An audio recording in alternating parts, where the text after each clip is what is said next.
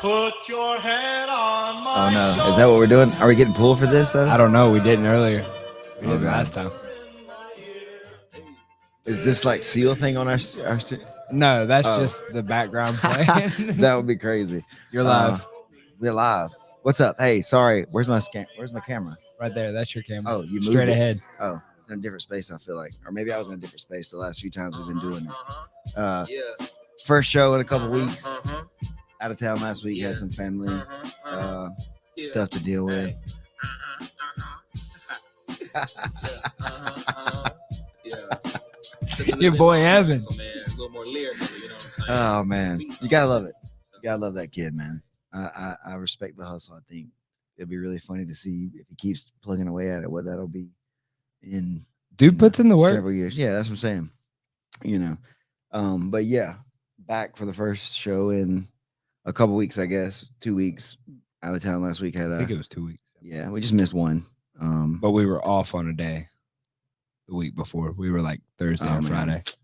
Yeah. Them schedules, bro. A lot of things going. It's tough. Yeah, it's tough to stay on point here with everything that's moving around, the way life works here for all of us. Been basically. working hard on a Kajabi.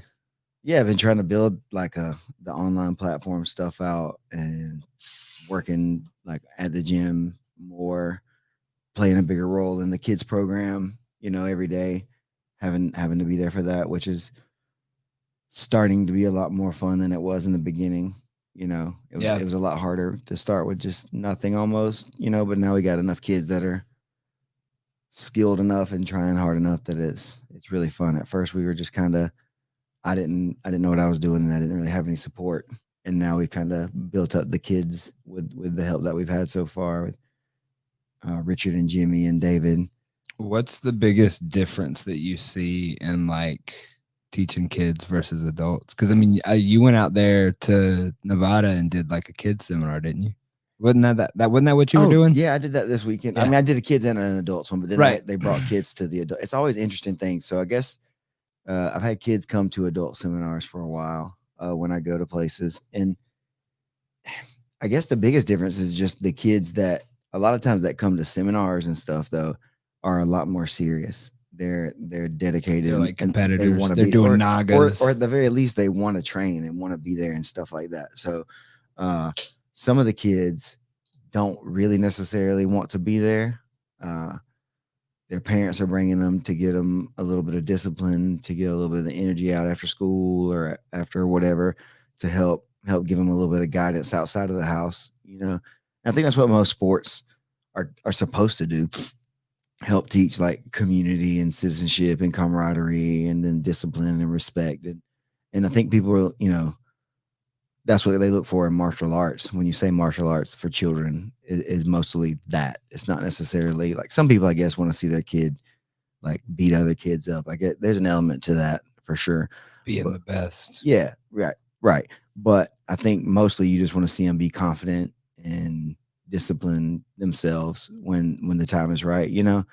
And so for me with adults, it's really easy to play it kind of cool and laid back because you can easily get the point across to an adult when they're like out of line, if they're like cutting up too much or something like that for Right. you. But typically as long as it's like lighthearted and stuff, it doesn't go too far unless it's at an inappropriate time, which I can't think of it. Like I can't think of a time here that I've had to worry about someone being a nuisance during class. Not an adult. You know what I mean? Like problematic. Yeah.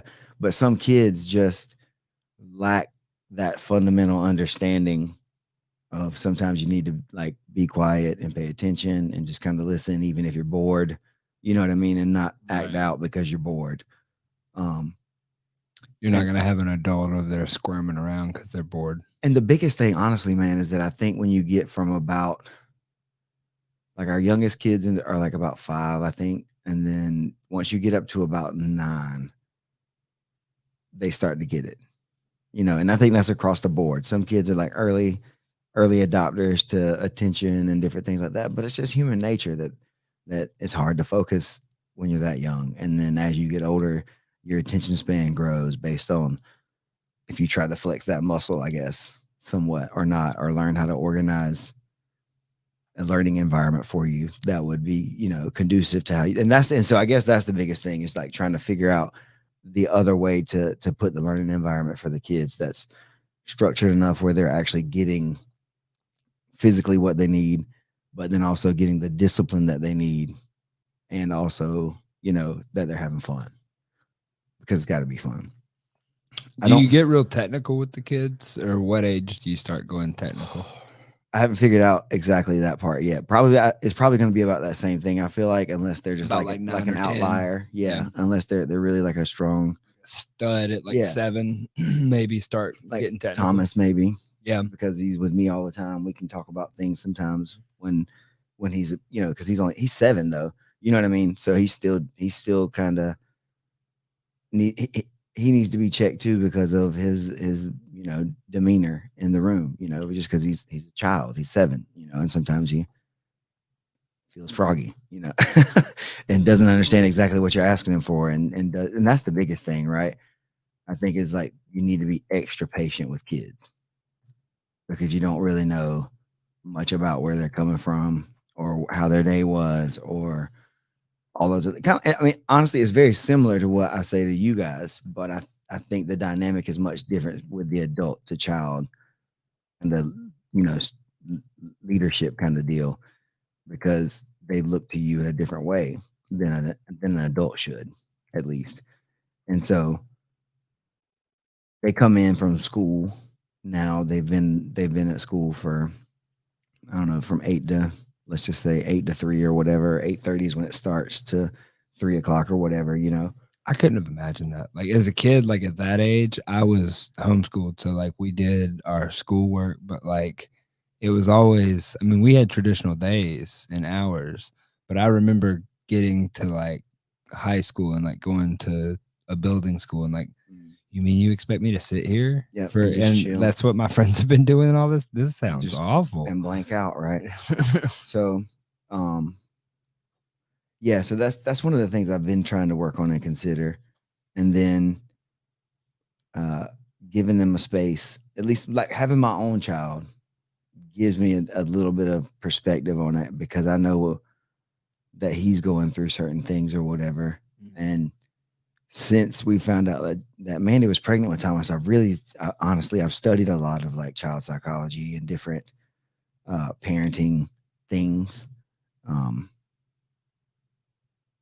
Like a lot. I've never been to like school for it or whatever, but I guess I've read like several books on like psychology in general, even at this point, but specifically for children and like early education and stuff like that, because I wanted to be able to equip my children with the best stuff I could.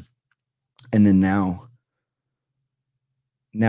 I guess maybe being with these other kids is a lot of pressure, because I feel that same responsibility to them that I would to Thomas or to Charlie, to pass on to them the best, everything that I could, the most information I can, the best, most fun environment I can, the best safe place for them to come be, to get away from maybe getting yelled at all the time for not being able to pay attention or for having a bad situation somewhere.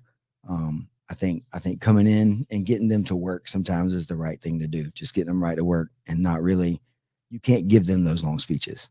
They're gone. You know what I mean? Most, even the good kids, a lot of times, not good.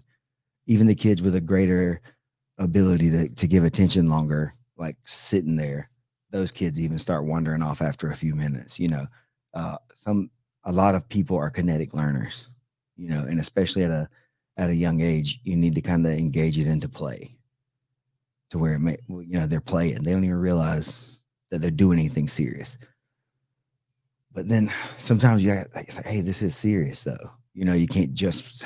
So that's the hard. How do you make that transition? It's tough. I think that's what I struggle with. Is that what you're developing now? Personally, that's what I'm trying to understand, because like I don't want to see them cry, right?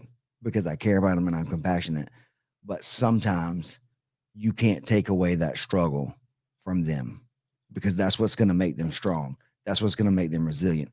So when they cry, I can't be just like, oh, they're crying. It's got to be like, hey, dude, what's up, man? Why are you feeling this way? Can you talk to me about what's going on? Why are you crying? Is it because it's hard? Is it because you're scared? Is it because what's up? You know what I mean? And then I can try to meet them at where they're at. You know what I mean? And if you're scared, then it's okay, right? Everybody's scared sometimes, and you just got to try it scared. Like, we're gonna keep you safe, like I said, right? And you got to give them. They got to understand enough times that you are going to protect them and keep them safe, and that you are someone that they should look up to and respect your opinion. You know, it's just like honestly, it's just like the adults, except you don't get they don't have a foundation for the world outside of what, you know what I mean, outside of their They're house. developing it. Yeah. And so you would be a big part of that scope, right? How you act, how you treat them. Like, how many stories have you heard about the teacher or the coach from somebody that, like, hey, that person, like, he or she, they got me. And when they finally, like, somebody finally understood me and gave me my shot, I blossom into whoever I am, you know? Right. And so, like, I don't know, I guess we want to give every child that opportunity. You know what I mean? And grappling does that in a lot of ways, because everybody's not 6'4", 200 and something pounds, or big and strong enough to play football or basketball. Baseball, once you get to certain levels, requires a certain amount of skill for everybody to kind of just even participate in it. You know, My coach's kid's best friend wanted to catch, and his kid was the pitcher, and I had to play outfield. That's what made me quit playing baseball. That's typically how it goes in most like smaller places where there's a guy volunteer to coach because he's doing it for his kid, you know, and his buddy's kid, or maybe what, you know. And it's like, I get it, but then that's stressful to me to feel that way, because I'm probably harder on Thomas than I am some of the other kids. Yeah. And I've had to catch myself doing that too, you know, make sure that I treat him Equally. fairly. Yeah. Yeah. Like, as I would treat any other child that is in a leadership styled position, like he is supposed to be. Right. You know, like You're supposed to be the leader of the room. He's the first child in the program. Right. Mm-hmm. So as far as like everything that goes on, the seniority, some other kids have trained longer, I guess, and may have more stripes or something on their belts or whatever. But as far as like our gym, he's the first kid. And then there's a couple of other kids that have been there just as long as he has. But they kind of defer to let him have the leader of the running stuff, kind of. So I don't say anything about it. But, you know, he likes that. But at the same time, you can't let that get to his head. You know what I mean? He being in that position comes with certain like responsibilities. You can't be the one playing, because you know why? Then everybody else is going to play. You can't be having a bad attitude when you don't win, because guess what? Now everybody's going to think that's how we're supposed to act. You can't argue with coach or your dad, because then that's how everybody else thinks that they're supposed to act in here. So you have, unfortunately, this extra responsibility as a leader, you know. So if that's what you want to do, then yes, I have to kind of treat you maybe a little bit harder than some of the other kids, because they're not in that position, or then they haven't grown to it yet. What is it that you want? Yeah. Yeah. So you know what I mean? Learning that lesson. Right, exactly. Like, if you say you just want to be I'm just going to have my own gym one day or whatever. It's like, well, do you know what it's going to take to have this gym one day? Do you know what you're going to have to really be able to do to run this place one day? Like, you know, thankfully for him, a lot of this stuff is just going to be autopilot. Like, he's been checking people's sign-ins since he could stand up on a bar stool at the gym in San Diego, like, you know, a baby, like literally. So like, yo, scan. no, you sign your name. Oh, like it was signing paper. people. Yeah, it was paper. Oh, so he's been on the OG. He would come in there and tell people, "Hey, you didn't write your name." He'd run in there when I was in my class teaching, and he'd be like, "Man, you didn't. Hey, he didn't write his name." That like, dude trying to catch that free class. Nah, son, you got to get in there and write that name. Oh man, Thomas would have called me out, dude. So like, he's just been there, you know, and he's just like, I have pictures or whatever where I was teaching class or whatever, and then he would just chill up at the front of the office with whoever was the other people on staff that day, and I just walk up and he'd just be like standing on that stool, and they'd be like leaning up like dudes hanging out, you know, and he's just like, up there holding shot with them, you know. So I have no idea what they were kind of talking about or whatever, you know what I mean? But he's So just what's been, his jujitsu knowledge like? Does he like get it? I think he's starting to. Okay. I think he's starting to. I've seen him in there, like on the side of class, like kind of out of the corner of his eye, watching, kind of like trying to look like he's playing his little video game.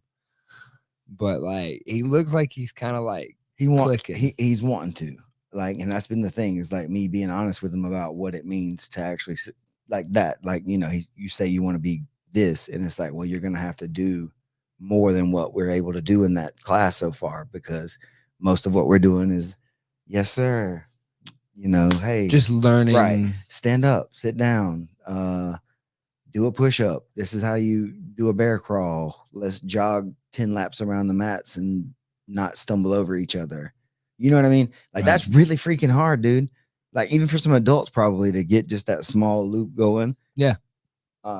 Without stumbling over the top of each other. So that's a thing. And so they have to figure out a lot of that stuff.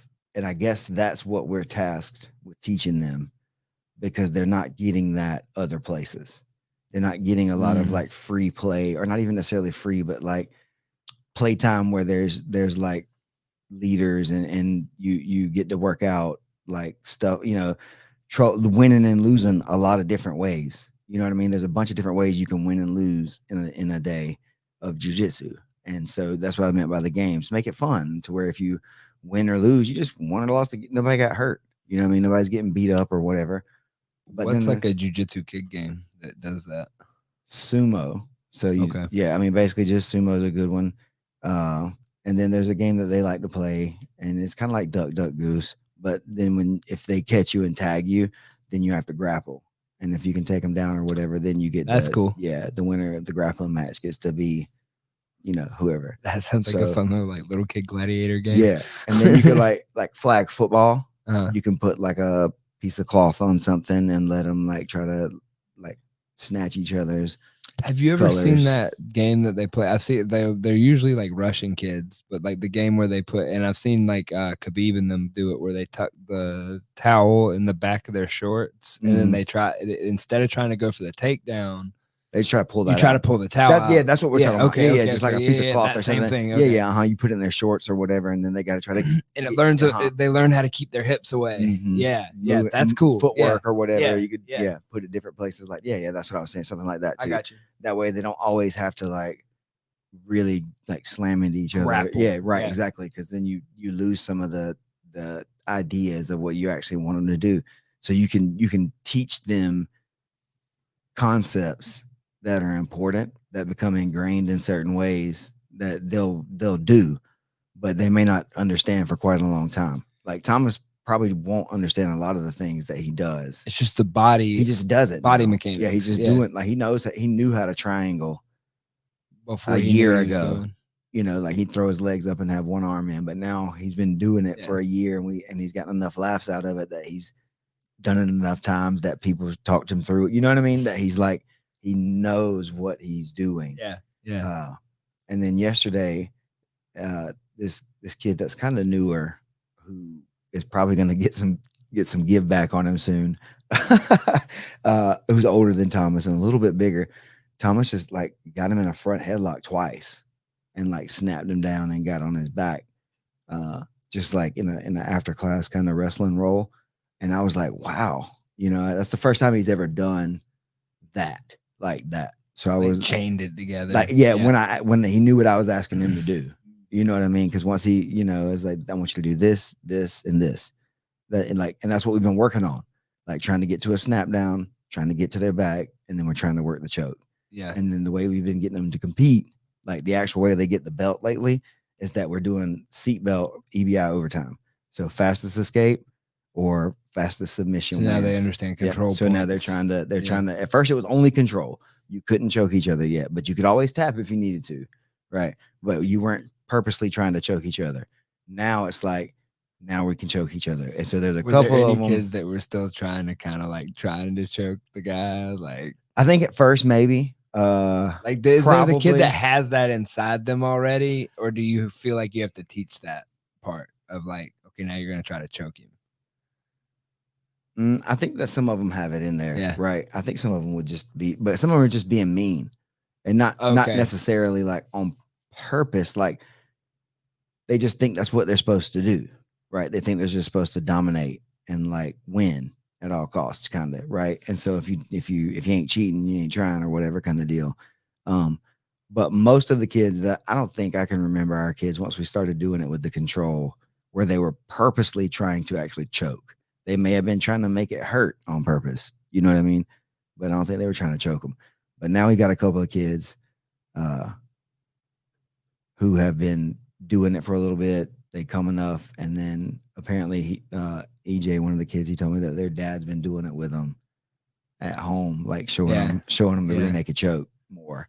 Yeah. And so he's been just choking fools, just dropping bodies. Boom. He choked Thomas last week during the competition, you know. So it was like, oh, he's starting to understand it too. Just that, at least that one thing. The thing. That's so the games they're doing, which by the way, Seth said that it was called the schlong game in wrestling. He said no schlongs were actually involved.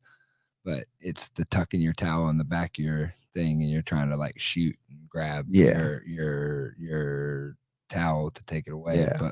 But we'll call it something else. Yeah, that's not a good name.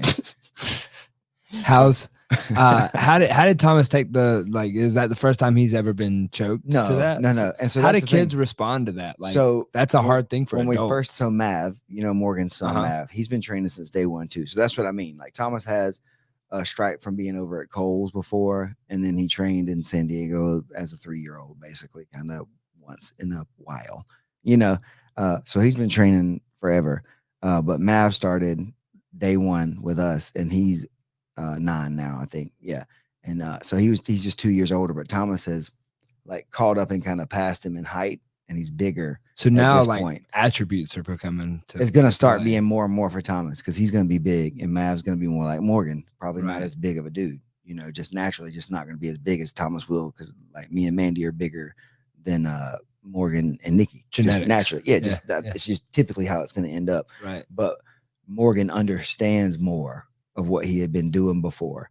And so he would consistently just beat up Thomas, not like beat him up, but just like be able to win, because he'd out scramble or out hustle or out, you know what I mean? Like one little thing ahead. And Thomas would, he told me a couple of times that he just, you know, I just don't even want to compete really, because I don't think I'm going to be able to beat him, you know? And it's like, man, one day you're going to catch up to him and you'll be able to beat him. And I think he's called him a couple of times, you know, and some stuff. But yeah, he cried a lot at first, but then shortly after that, Mav went on this like streak where he was beating up. Sorry to say that. I'm not winning. At the game. He was winning the jiu-jitsu. games. Yes. Yeah. Like none of the kids are getting beat up. No children are being harmed in this episode. I promise. He started winning a lot, like six or 7 out of 8 weeks in a row. Right. He won against all sized children, older and younger, right, than him. And Thomas was, after a short period, was the first one that would run up and like give him a high five and want to take a picture with his friend for winning the belt, because you know we give him that little WWE belt for winning each week. So he started being the number one like hype man, because we had some talks. I was like, "That's what you do, man." It's like, it's not your turn yet. When your homie's winning, it's your boy's turn. Let him shine, man. Go give him some shout outs. Go tell him how good he did. Even if he beats you, you're still proud of him, right? Because y'all have the same goal right here. That makes you better because he's getting better. Yep, right. And you're gonna keep coming back, right? Yep. And he's gonna keep getting better, and y'all are gonna beat everybody else. See, how old are they? Mav's 9, Thomas is 7. That's huge, like lessons to be learned at that age, is it not? I mean, I don't remember learning. I guess football might have kind of taught you that a little bit at Pee Wee. I don't know. Not for the trade-off of the brain damage. It was your team. Yeah. Like, that was a team thing, right? So it was, you it wasn't you. So you were happy for your team to do well, or another player on your side to do well, which I guess that's the same thing in a way, because Mav's on his team, but like he actually beat you. Yeah. You know what I mean? So it'd be hard to be happy for another team that beat you. Well, and like in swimming, you got it, but it was more of the fact that it just kind of recertified that, oh, I suck. Like when you lose to yourself in swimming. I think this is interesting because when you lose to somebody in something like a combat sport, you lost to somebody. So like, how's that? How do you mean? So in a swim race, so for me as a kid, in a swim race, there's 8 of us in a lane. There might be 3 or 4 heats. If I lose in that first heat or whatever, that loss is more of just like all internal. It's all me. Like, oh, well, I suck. Like, I didn't lose to the guy next to me. So it's easy for me to go in there and like dap my buddy up and be like, good job, man. You won your race. Because he didn't really beat me. And this is coming from somebody who wasn't like at the top heat. Now, maybe if you're 1 and 2 and you're like, oh, I'm going to beat that guy, maybe that happens. But it wasn't until like adulthood when I was doing jujitsu that I felt that what you're talking about. I think a lot of that jujitsu lesson. kids do this, though. I think you That's see a lot of that's what jujitsu I'm kids saying. doing Is it. that like they're getting a lesson from something of like, no, you physically lost to that other guy, and then And that's okay. and it's okay. Yeah, Right. and that's okay. We're gonna figure it out, right? We're gonna come back and we're gonna figure out why it's happening. Go find out how he did it. And dude, I've had to be hard on him a couple of times outside of class about stuff too. You know, Really. about why he wasn't winning. It's like because you're not paying attention. It's because I have to get onto you too much. It's because you're not being serious. It's because you're playing.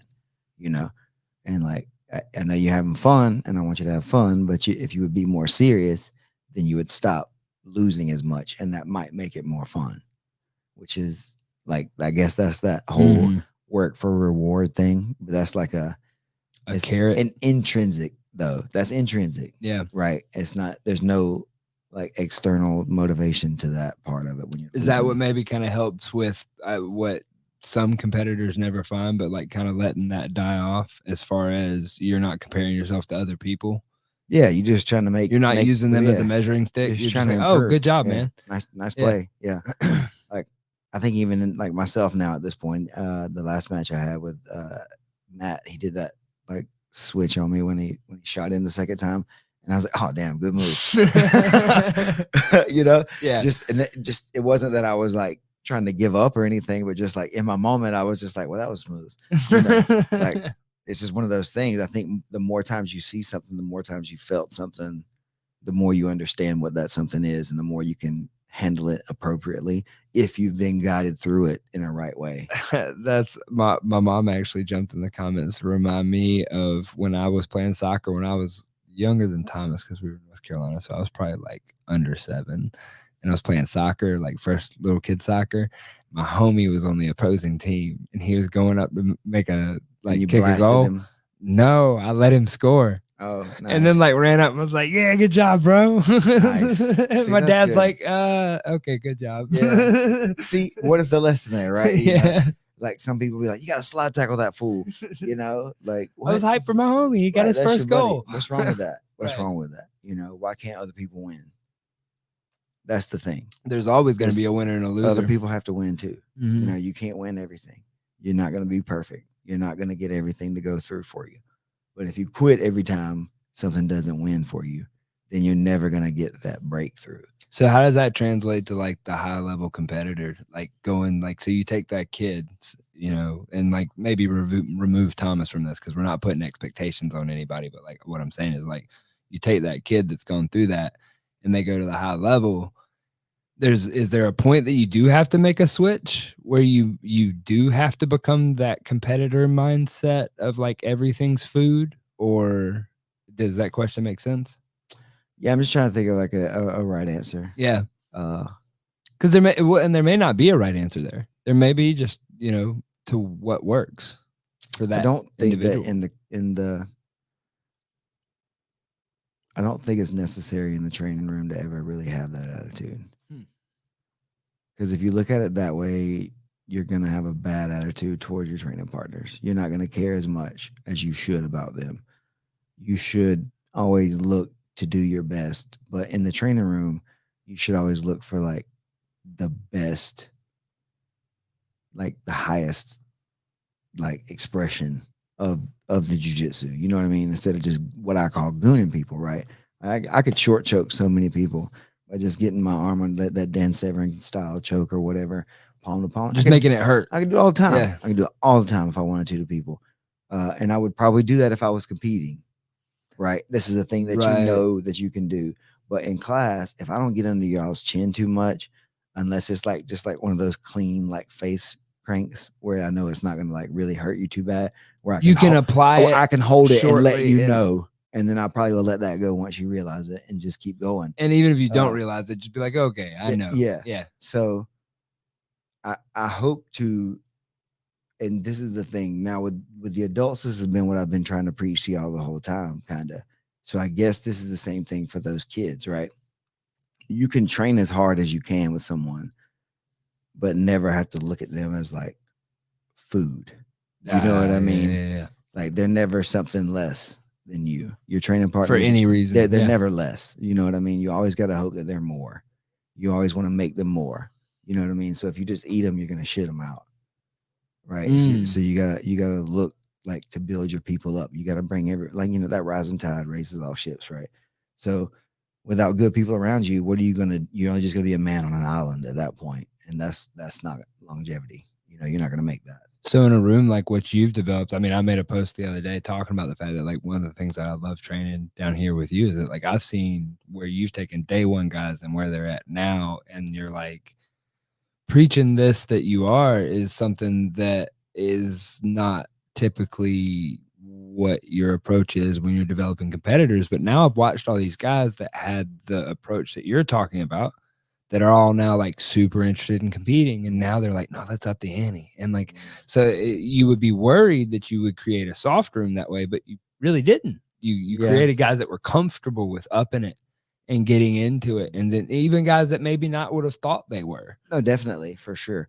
And so there's both ways, right? That are always able to be true. You could have that whole Spartan like mindset, definitely can work, and make it work. It's worked has forever, worked. right? Yeah, it's been the way for. So we're not most denying people. that. Yeah, that's what I'm saying. It's like the effectiveness of that is there.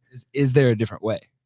There is a different way for sure. And so then, especially with people who don't have a base knowledge or experience physically in something, like those people can grow into the people that are competitive. A jiu-jitsu for everyone, right? And so this is why people say this thing that other people make fun of them for, where they like, I got to get in shape before I come. Everybody, oh, you got to get in shape before you come. Yeah, they do, because everybody's just going to wreck them and like beat them up and eat them and beat them up. And some people can't last, and they don't want to do that. That's not what they're coming for. That's not what they're there for. Not there for. Yeah. Not right away, at least. You know what I mean? But they don't want to do it every day. Not if they're coming in off of work and they have a job and all these other kind of things, you know? So I think that that's why we're going to why we have separated times for people, where it's like, this is more of this is more of that. Do you think the individual can mitigate that a little bit, like on yourself? Like if you're going in and you're trying to go somewhere and train, and say you're from the dirt road somewhere and there's like one school where you're from, if you're lucky, and you go in and it is a goon squad type place, are there ways to develop to protect yourself to still get your training in and still be able to stick up for yourself? Like, do you think that like that's coming, or do you think that it's mainly just you got to see a massive change in all of the gyms or all of the culture? So I think, interestingly enough, it's probably going to have to come down to, like, as an individual, it'll be hard for you to go in there and make it up on your own without a base, because it's a battle. Like they won't let you develop your base any other way. I guess I'm kind of asking you like what you did, or what, like, that's kind of, because that's where you're coming from, because these rooms didn't necessarily exist as you were coming along, right? Yeah, and I didn't come to this conclusion in a day either. You know, so that's the thing, is like, I used to, like, there's legends of things that I've done to guys in the training room, and you had to learn. Yeah, I mean, I've hurt people, and that's how I know. Like, I put people out of the sport probably that shouldn't have been, and accidentally, or didn't think about how, just not training the right way, just trying to make people tougher than they needed to be, in my mind, like trying to prove that I was the toughest, or trying to be this alpha that everybody wants people to kind of be. That's the head of the room, because I wanted to be the best. I wanted to be the number one guy. And I never was. I could never get whatever it was that one other person in the room was always getting, wherever I was, no matter where I was at. So I kept, trying to assert myself more as the guy by just beating people up, or answering it just with violence, just more roughness and stuff like that. But I always was looking for a higher, like, ideal for myself than that. I was looking for more, like, I wanted to figure out how to win, like, at a grand scale too. And I knew that that wasn't enough because I'd ran into a couple of guys that weren't that way, that I couldn't just Couldn't just goon them. Yeah. And I liked them. I liked the way that their vibe was in the room. I liked when they came and trained with me, how they were with me, how they had a gentle hand and educated me and taught me things that I didn't know, rather than just be like, hey, this guy's a meathead goon guy. I'm not going to waste any time with him. There's this guy that was in Valdosta when I was down there as a blue belt. His name's Chris Spotswood. He was a brown belt under Elio Seneca thing. He's a black belt now. But at that point, he had been in the Air Force for a while, wasn't really able to train for a while. But when his schedule, so this is the thing to people, you got to find people that you want to hook up with or be like, and then go do that. Right. And so he would offer to come, he could come train like one night a week. And so I'd ask him if he would want to teach class when he'd come or not. And so typically he didn't want to. He just wanted to come and like hang out or whatever. He didn't want to have to run a whole classroom that much. Or what we started doing is I would go to his house and go to his little garage, and he would show me some stuff, and then I would teach that while he was in the class. And so I think this is maybe, I was just talking about this right now. This may be where I got so comfortable with someone standing over me when I was teaching. Because he just like showed you that. He never told me anything, like, except for like he would come to the side and be like, hey, I think it's your probably job. Yeah. It's like, hey guys, I think we should bring you know. But he never made you feel bad about it. Yeah, he only wanted me to do better with it. And wow, thanks, Chris. Thanks, dude. But stuff like that, you know what I mean? And, but I was nice to him, and he was nice to me, and we rolled hard.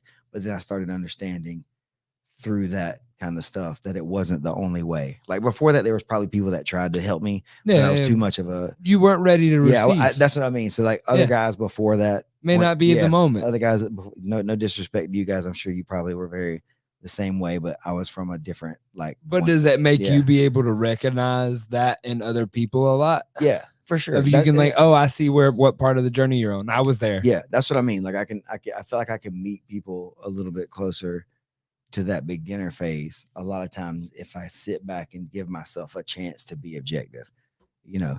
Right. And I think you don't always do that in a room where it's just everybody's trying to eat each other to get to the top, because you don't feel safe. Well, yeah, because you got to fight for your life every day to defend yourself. Yeah. And there's an element that which to the sport you got to have, right, where you got to go hard.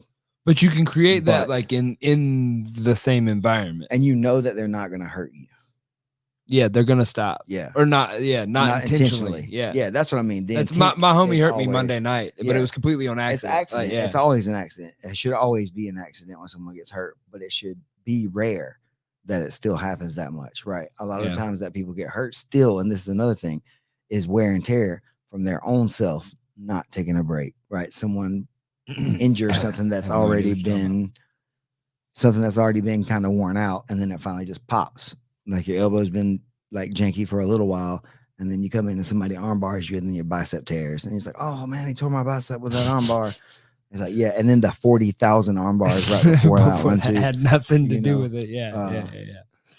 So I think that those things are all real, you know, for everybody to go through, and I think that if you start from a position of, and this I guess goes into that other like broader message of everything that I think is going on now in the world, but that I have been kind of preaching as a black belt in the room, is that the students have a voice and that they can like choose what they're trying to do with their own stuff. You know what I mean? Mm-hmm. And if they, what was the, gosh, I think what you've done with that and what giving you've people an there? Opportunity to do it their way. Yeah. As long as they're following the base rules. Well, you know and you allow for the challenge. And I think that like I was teaching a class the other day that I was in an unfamiliar environment. I had never taught these type of people and whatnot. And I looked around and was like, look, if you see a hole in what I'm showing you, feel free to call me out and we'll work through it. And I stole that directly from you of like, it makes you so much more comfortable as a student to where you can go, well, what about this, and this? And you go, I don't know. Let's see. As opposed to just being like, well, that wouldn't work. Right. Which would be traditionally a response that a lot of people would give you. Right. And so I guess that goes into another like thing. So, all right. First, I guess we'll go back and like all that stuff's important. The Mhm. kids, I guess, and then we just hit on a tangent. How deep are we into this? 39 minutes. Okay, I got to go You- from all that stuff. There's some things that I wanted to like Okay. specifically talk about. First thing is Zach Edwards. Unfortunately, it was reported today from them that he's been diagnosed with brain cancer. Oh man. So more bad news for Zach. So if you guys want or know anything about that, we'll get some links up for you can get a T-shirt Yeah, or I'll a put hoodie any of for the Zach. links where I can find them. There's a GoFundMe page where we can all like shoot some more support out if you're able to support Zach and his family. Man, it's really like sad, you know, Yeah, and definitely. and there's no other way to say that. Is he back home you know, with his family? He's Is in he with his mom? Pennsylvania now, Okay. yeah. And so yeah, so it's just sad, man. That just makes me feel really sad, but that also makes me really want to like double down again on what we're doing and why. You know, Be able to provide the for the culture. for the and people. For the people who don't know that, Zach Edwards that was on the PGF. Yeah, season Zach Edwards 2. on the PGF. Yeah. He's a black belt under the finishers, 10th Planet, Bethlehem guys. Bethlehem. Finishers, either way you want to say that. Man, great guy. Friend of ours here, and yeah, just a cool person that unfortunately had gotten sick right after the PGF filming or whatever, and I think now they kind of may be figuring out what was wrong. So much love, Zach, into your family, bro. I don't know if anybody's watching it or whatever, but like for sure we love you, dude, and like we're gonna do anything we can to help support or send love to you guys and any funding that we can help with and stuff like that. So everybody, if you can, you know, that was kind of what I was going to lead into a little bit more with today, but since we're going to have to close out in a second, I wanted to make sure that I really put some time into really talking about Zach for a second, because that's what's important too, right? All of the other things that I talked about are also important along with this. And it's not just lip service to say that you care about your people, or like this is a community that we love each other and we a tribe, or all this other things. Like Action. there's a lot of like bad things in the community of jiu-jitsu. There's a lot of good things in the community of jiu-jitsu, just like everything else. You know, every other thing has good and bad things. But the way that we can rally behind each other and show true love and support each other is something that I like about the community. And it's one of the things that I want to make sure that I pass on through my tribe and through my people, and anybody that ever gets ranked under me is going to be somebody like that. So I don't care how many people you can beat up. You know what I mean? There's a lot of assholes that can beat people up that'll never be anybody under my system, like not with me. But yeah, so yeah, that's what we're trying to do here. We're trying to grow a lot of good people. And like I said this the other day as a joke kind of, but we're trying to like change the world through controlled violence. You know? Yeah. Like really, we're trying to win hearts and minds, basically, or whatever you want to say, through controlled violence, teaching people control and restraint through the ultimate knowledge that you're capable of doing certain things, but you know that you restrain yourself, so you don't have to. The people who hurt people are people who are typically scared. Scared people typically are the ones that lash out a lot, right? People who don't feel like they can protect themselves in any other way a lot of times, despite what other people say. There's also predators, you know what I mean? Don't get me wrong, but there's a lot of people. I think some of that strength comes from the people too, like from the community, like you're building. Yeah, that's what I mean. Like we're a tribe, like a whole room of people like that, not just one person. It's not just you. It's not just It's everybody in the room, or you don't get to make it through. You do not pass the test. With like the vibe check has to be real, or you just. I don't know anybody nobody's came through and made it here yet. That was that way. Anybody that's came through and left, maybe they were that guy, and that's why they didn't come back. Like they didn't like the way that we were. I guess maybe, and that's cool with me. I don't care at this point. That's what I keep saying is like I want it to be what I think it's supposed to be, and I'm willing to like stand up and fight for it, like legitimately or like verbally. Like I think I have a lot of knowledge and experience that other people don't have. They haven't thought through. They've been tough. They beat up people in competitions. They've won a lot of matches. They've wrestled to the top position a lot of times, but I don't think they've ever thought through real people's lives and stuff like that a lot outside or the effect they have on them. Yeah, right. Exactly. Like what this is that you're doing, the ripple effect, the butterfly effect, whatever you want to kind of say to that stuff. People got to think, you got to think and know who you are and what you're doing with this stuff. This is like a real superpower. is being in charge of a room like this and having the ability to direct like people's minds in the right direction instead of like sending them down some other like darker path. Like, I'm not trying to tell you, even intentionally or unintentionally. Like, I think some guys too, like, don't even acknowledge what they are to people and unintentionally send people down dark paths because they don't realize what their influence is. yeah, they're not trying to be bad necessarily, but it's just what they've seen before them too, kind of. Yeah. And then you just perpetuate this whole system of things that aren't correct, you know, and so people don't feel strong enough to step up and speak up or whatever. But we definitely have a student base that feels comfortable coming to me with any problems that they have or whatever, even if it's something that I've done. Like, I've had students come to me and be like, hey man, you said this one joke or whatever, and that was a little out of pocket. And I was like, oh, okay, that was my bad. I'll make sure I stay away from that. That was my bad. And like, I'm glad that they feel like that let me know right then that I'm doing the right thing. Even though I made a mistake and I said some bad stuff, you know, just kind of joking, but it wasn't the right thing to say to that person. And so I was like, all right, dude, you got it, man. It's like the parents would being comfortable, your kid being comfortable of coming. I mean, it ties right into what it's the whole thing. Being comfortable. It's the come whole, talk to me. Yeah, just tell me what's up. That way I may not even know. You know what I mean? Like, I thought it was a funny joke still. Right. Which I think solves a lot of human problems if we just talk to each other. I was just kidding, man. My bad. Or otherwise you could hate me for 3 years and then come, you know, blow my house up or something like that because of perceived slight that was actually just a joke or some sort. You know what I mean? Like, I didn't mean it, man. I'm sorry. I really didn't mean it. You know, stuff like that happens all the time. But yeah, so that was with Zach. And then also to close it out a little bit more, for me, September the 4th, I'll be in San Diego teaching a little seminar there from 11 to 1. It's donation based. So all you guys in San Diego, I'd love to see you. Gonna come chill, go over some of the stuff that I've been working on. Ooh. That maybe you guys would like or don't like, but that's okay. Still come see me because you want to hang out and we'll have a lot of fun. September the 11th, which is that next weekend, I'll be in Wetumpka, Alabama at Max. Is it Wetumpka? Is that what I said? Yeah, you did. You said it right. Okay. Whoops. In Max over there, McCormick's Academy, Combat Sports. Yeah. Oh, there you guys, McCormick's Academy. Yeah. Bam, pow, pow. That was impressive. That was Central Alabama. That's like anybody, Montgomery, like Central, anybody that's all over those there. guys. Like I got a couple of homies that train over there that I'm pointing towards y'all. Yeah, anybody in that area, come on through. We're gonna get down. We'll have a good time. Share some good stuff over there too.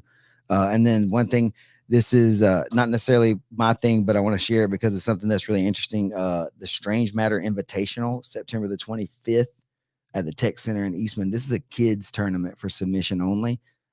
They're doing basically what we're doing at the Mid-South, but they're doing it for kids.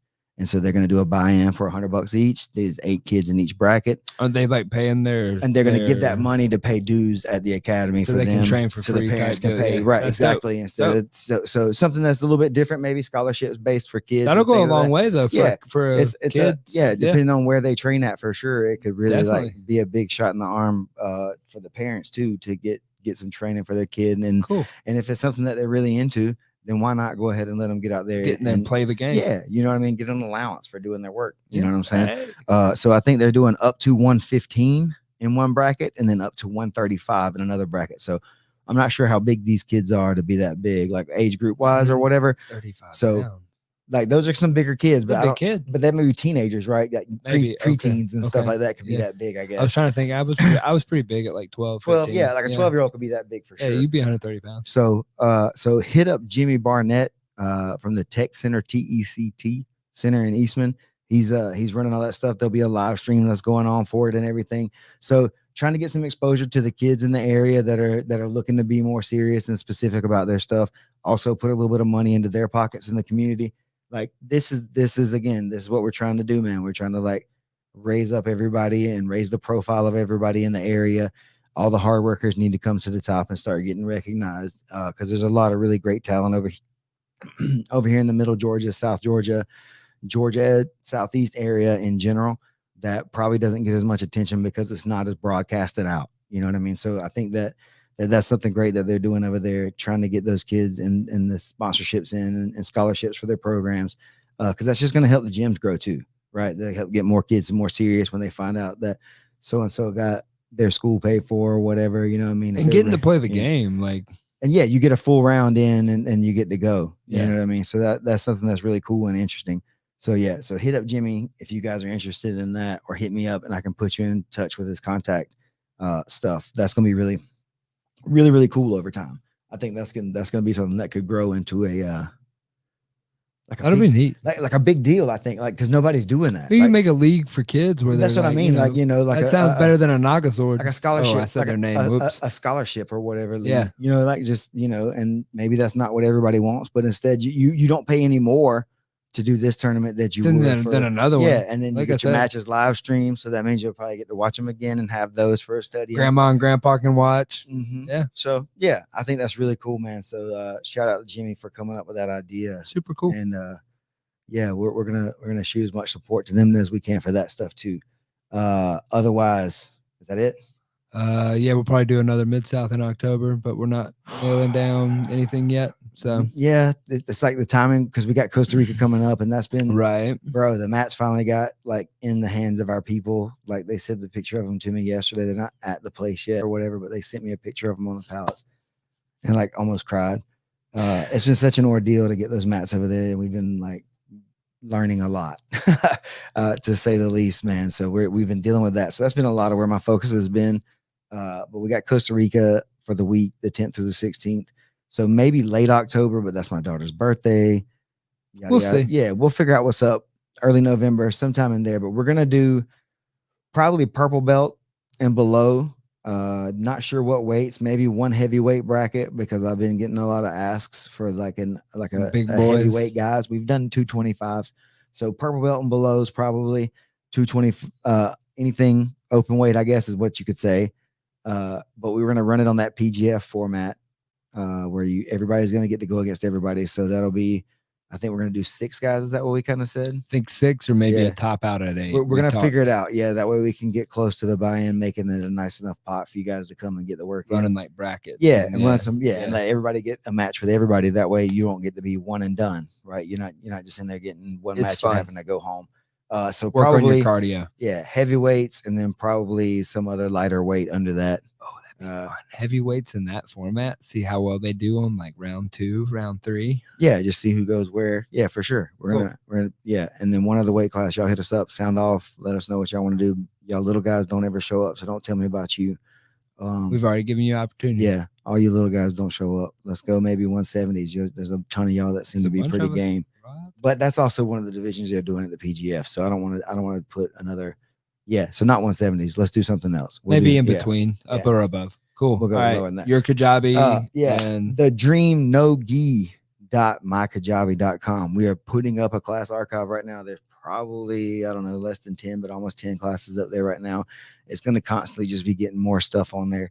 I told you guys to sign up before I decided to raise the price. I've already raised the price. It's going to be $20 now for that a month subscription. A couple people got in on it, so you were smart. You did the right thing. I told y'all. So a few people have that $5 a month subscription going on forever. The other ones, y'all, it's going to be $20 a month for that. But honestly, it's going to be really good content. It's going to be things you can go back to and look out for, like that we do a lot. Some of that stuff that's already on there will be things that are going to pop up a lot over time. So you'll be able to watch the evolution of the program grow also through that and see how everybody starts putting everything together in the group setting. One other thing with that, I have decided that I'm going to do like a coaching, like leadership group. I've got 2 people that are in that already. We're going to start the classes next week. We're going to meet live once a week to do some discussions on coaching techniques and strategies and stuff like that. Not necessarily business strategies. I'm not trying to teach you necessarily how to sell memberships, but being the right person in the room. The coach. That'll help sell a lot, right? If you're leading the room in a way that you think is cool. So a few people had asked me for that. And so I've got a couple guys that have already signed up for it. That's also on my Kajabi. But what I would like for you to do is that if you're interested in that, just reach out to me and then we'll talk a little bit and see if it's actually like a good fit. Cause I don't want to just have people in there that aren't going to really be serious about it, because I've been really like doing a lot of work on the behind the scenes on this for a few months, trying to put together like strategies and different things of what the room means, and how you organize like training methods and different things like that. So I'm really excited to get to work on that and see what we can build out off of that. So if you're interested in like some coaching tips and strategies, not necessarily how to be a more technical grappler, like I'm not going to necessarily teach you how to do arm bars and stuff, but if you're in this group, you'll get access to that stuff too for free, right? But yeah, if you're interested in like coaching tips, strategies, how to build a room, let me know. Holler at me. We'll talk it through. Otherwise, Musgrove Trial Firm, 678-226-1996. Is that right? 1994. 1994. Dang it. 226-1994. 226-1994. It's 678-226-1994. If you get hit and run and you need to go to trial, like you need to call them first, right? And then they can get you hooked up. They'll tell you all the information you need to give to the police. They'll make sure that you're taken care of, that the insurance company is doing the right thing for you. So yeah, hit them up, 678-226-1994. Musgrove Trial Firm. Holler at them. Still shouting out Matt Viper and Sheath Underwear. They're still like giving us some support and stuff. We got a couple rash guards left, large and extra large, literally just a couple of those left. So if anybody wants to grab one of those, pick them up at the Wandering Grappler. That's Isaac. TheWanderingGrappler.com. Yeah, I guess that's good for me. What else? That's it. That's it. All right, I gotta go pick up my kid from school. About to go get in the pickup line. If your boyfriend's just I was compressing, so woo! Listen when I say this shit. Got me thinking, damn, is this as real as it gets? Oh, I don't know about all that. You stop the fuck up. Hey, y'all, chill out. I'm trying to rap over here. I mean, damn, come on now. Applying pressure, the heaviest of test compressors, the iron jester, best above the rest. I'm next up, divine impressor, living life and feeling blessed up. Traffic director, neon colored self investor, bullshit corrector, rammer jammer, yellow hammer, roll tide, motherfucker.